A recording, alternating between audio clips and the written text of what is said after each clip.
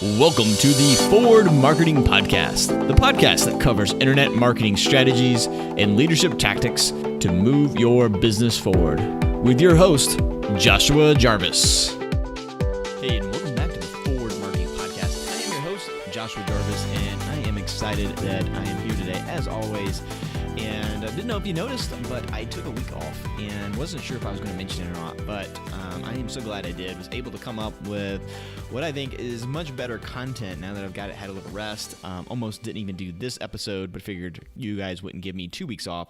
So let me just tease the episode a little bit and talk about how I use Google to dominate in SEO. And that sounds a little braggadocious, but there's some things I do and use Google for that I'm pretty sure that you didn't even know existed, and maybe you did, but you're not using it on a regular basis. And you can use this free tool. Google, yes, dominates the search results. Everyone uses it, but it has some things that you can use that you don't have to pay money for these tools, which is really, really great.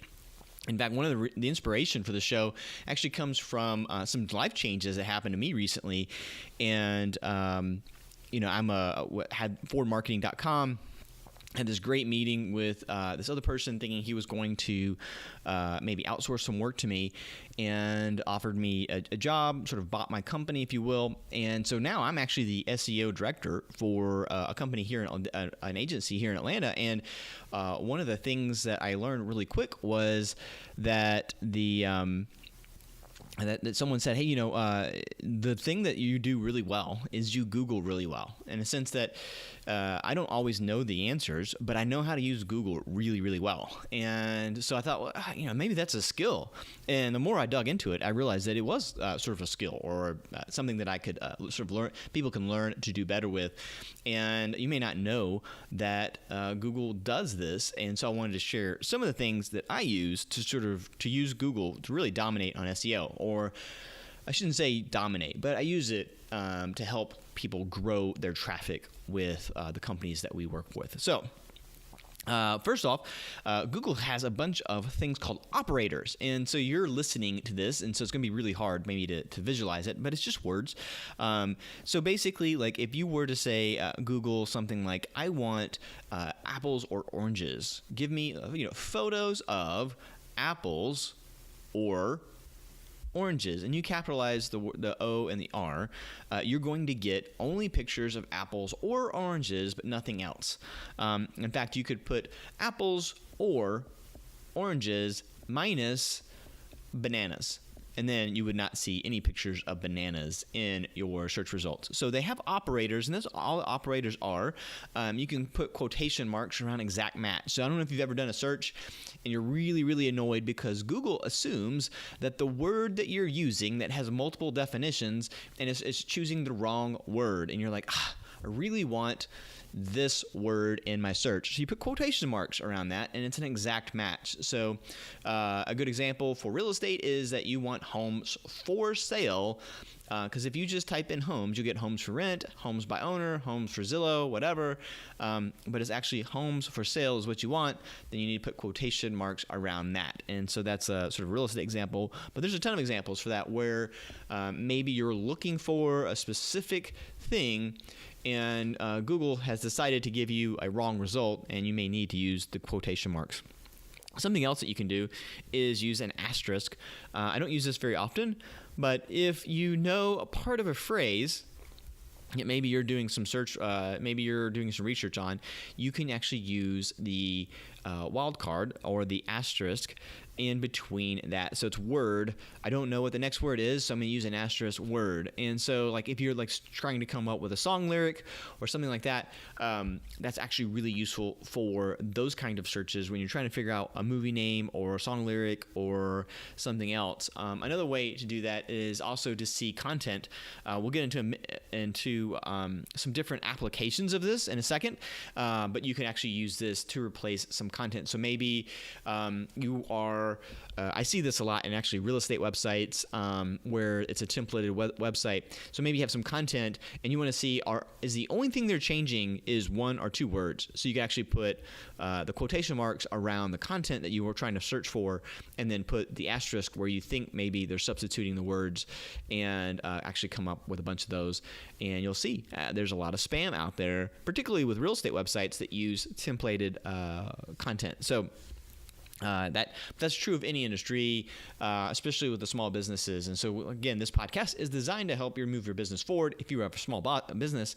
And so that's kind of what I'm speaking to. So the other thing that you can use, and we'll get into it in a second, and you'll see how useful it is, but it's not going to be immediately useful just in this explanation, is that you can put parentheses around things to group them together for your search. So you could search for, like I said, an example I'm going to give you, but you could search for, I need to have these set of criterias for these search results. So we'll get into that in a second. It's kind of hard to explain without having the example, but I'm giving the example a little bit later in the show. All right, so the first use of this is really just an indexation check. So one of the operators, if you will, is cite, the word cite, S-I-T-E, colon, and then the site. And you can actually see what Google sees. And you'll find that sometimes Google doesn't see your entire site. So other checks that you can do with site include seeing if there's variations of www versus no www. You can also check for HTTPS, as well as are your categories showing, those sort of things. So you can go really deep into that site as far as its site, and then whatever URL you put in, it's going to say how many times does this thing show up in Google. And it could be so an example would be is you could see the number of pages that your website, let's say you have 100 pages. So you could see, okay, wow, Google only sees 75 of those, and then try to figure out what's going on there. It's probably a little deeper if you want to go into Google Search Console, or you want to start to no-follow some of the things that it's actually indexing. That's the other thing that you want to look at is it indexing things that maybe you don't want to, like maybe an author archive or a random question mark search something because it just found it and it doesn't need to see it. So you may need to no index that, or you may need to go into Google Search Console and tell it, hey, this is not actually a page, this is a sorting mechanism. You see that a lot in e-commerce sites. So indexation check is what you might use it for as the first thing. And the other part of the example I was giving, I lost my train of thought there, but is like a blog. So let's say you had 100 pages and 25 of those are blogs. You could do your site, so site colon your site / blog, if that's where it is, and then see how many of your blog posts are actually showing. So it's an indexation check. The other thing you can do is actually check for duplicates. So that's number 2 if you're actually counting at home or in the car or whatever. So can you do duplicate content check? We all know that duplicate content is bad. We never know how bad it is or how much of a penalty you get for it. All we know is that Google keeps telling us it's really, really bad. And so one way to check that is to do that site command again. So it's site, S-I-T-E, colon, your site, and then whatever content you're checking, you put that in quotation marks. And so what it's going to do is actually look for the content that you're actually searching for. So let's say you had a paragraph that is probably on like a lot of your pages because it's this you have a templated site or you have a copy and paste method that helps you create content. Well, Google's going to be able to tell you that piece of content is a duplicate over and over again. Another way you could do it is do a minus sign before the site and actually see if your content's been stolen. So that's another good way to check if someone has been using your content, is to do a site. So basically what it's going to do is tell Google, do not count this website, the negative site colon, in my search results for what's in the quotation marks. So that's another great way to see that. There's some other things. So in addition to the operators, there are these words. So site is one of them. Another one is in title. So you could do in title colon, and then so like a great way to look for guest posts, which is number 3 on my list, is the word that you're looking for. So let's say I wanted to write for digital marketing. So I put digital marketing, quote, in title, write for us. So I can put digital marketing in title colon, quotation marks, write for us or contributor or whatever. And this actually is how I found out how to contribute to Inman. So I'm an Inman writer for Real Estate Technology Magazine, our online magazine, I guess you could call it. And how I found them was by doing this very thing, by typing in Word, which I think at the time was like Real Estate Technology, in title, write for us. You can also use things like infographic. If you had an infographic for your company or maybe a blog post or something, and you wanted to see, is this what is actually who's sharing these infographics? You can also use in URL. So in title, so in title, right? It's all one word. Colon is for in title, but in URL is for the in URL, as you might have guessed. So it's in URL colon, and then say infographic, for instance, or blog. Let's say you wanted to find financial planning blogs. So you could do financial planning in URL, and then colon, blog. So you could find all the financial planning blogs. So anyway, that's just an example of what you could do with that. So you can do indexation, you can do duplicate content checks, you can do guest posts, look for those. You can also find related things. So this is really cool. Related colon, it gives you an idea of what Google thinks is related to your content. So you could do a blog post and then take that URL and put it, and so to type in related, that's RELATED colon, and then the blog post title of what you wrote, and then Google will tell you what it thinks is related to your content. This is really cool to see if you're on topic. If you posted something about selling insurance, for instance, and then you write a blog post about it, and then you copy and paste it, and then into the related colon, and you put that URL there, and then Google says, it's ice skating comes up. You're going, in my article, in my blog post, I did write about ice skating and how insurance can cover falls from ice skating, but it's not about ice skating, it's about insurance. So just a little side note there to check out is what you're writing about related. So is Google grouping your content correctly? That's basically what you're checking for. So that was number 4.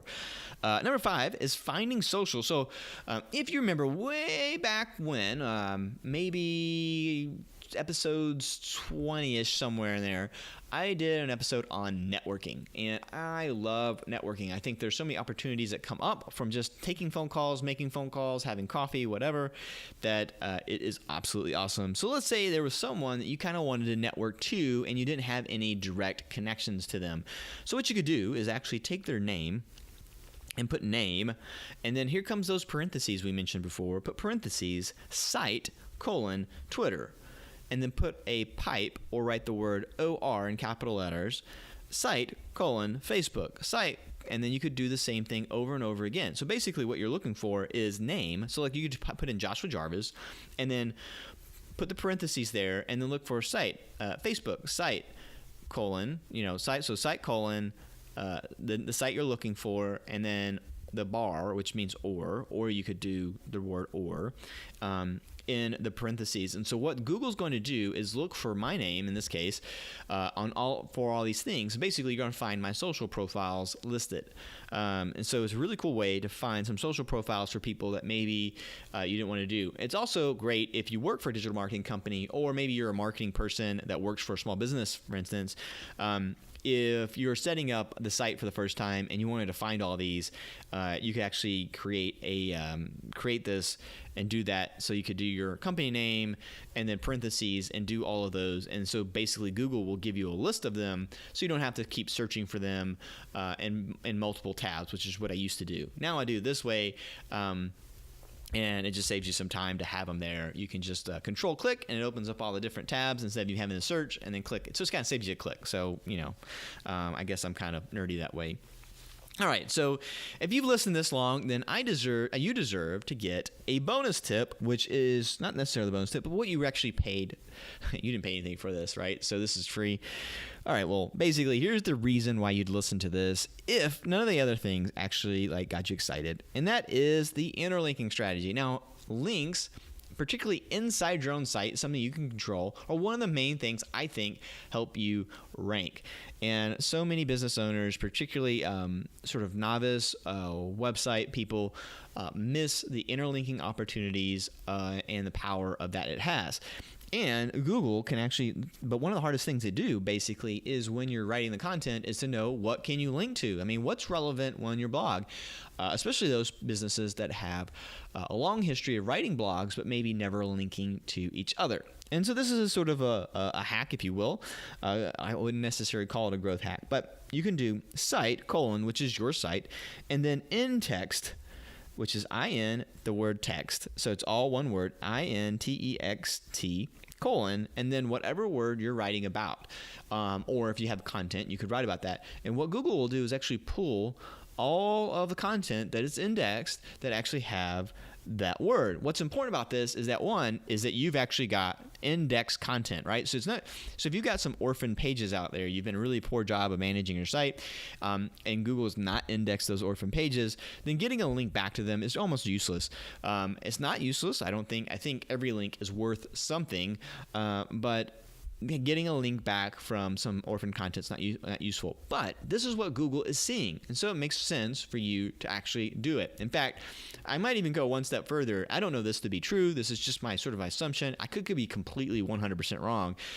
But to me, I'd almost say I would do it in the order that Google lists it. So let's say I had written a post about growth hacking, and I wanted to find out what have I written about already about growth hacking. So I would do site, forwardmarketing.com, in text, quotation marks, growth hacking. And then whatever popped up first, that's the thing that I would want to get a link from if I was trying to rank that particular piece for growth hacking. The other way to do it is also link to that piece for growth hacking. So I don't want to get you guys confused on SEO tactics here. This is not about that. This is about using Google for interlinking. And so don't get too stressed out if you're like, hey, I thought you said this, or I thought the best practice was that. Don't worry about that. What we're talking about now is just being able to use site, your site, and then the word in text to find those great interlinking opportunities. And then finally, I just want to do a recap of the different things that you could use for link building. So in text, in URL,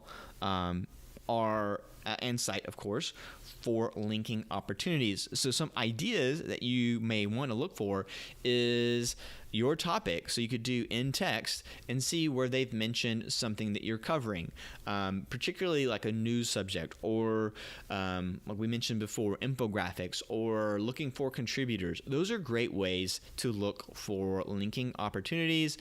You can also look for the word directory and also search for your sort of your keywords. So you could say, in URL, real estate. There's a bunch of different ways that you can use this. It's really kind of almost infinite number of ways to do this. But this is basically the 6 or 7 tips that I use to use Google. Maybe not so much. I don't want to be so braggadocious to say that I dominate Google, because I certainly have a lot to learn. I'm learning new things every day, and I'm learning the difference between running my own business as a digital marketer, sort of consultant, versus what an agency does. And if you guys would like for me to do an episode of agency versus sort of entrepreneur, please send me an email at joshua@forwardmarketing.com. I'm not closing that down.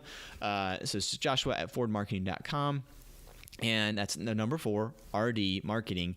If you'd like me to do an episode on agency versus sort of the entrepreneur, marketer, consultant person. So I would love to do an episode on that, but I wasn't sure if you guys would be interested in that. So send me an email if you would be.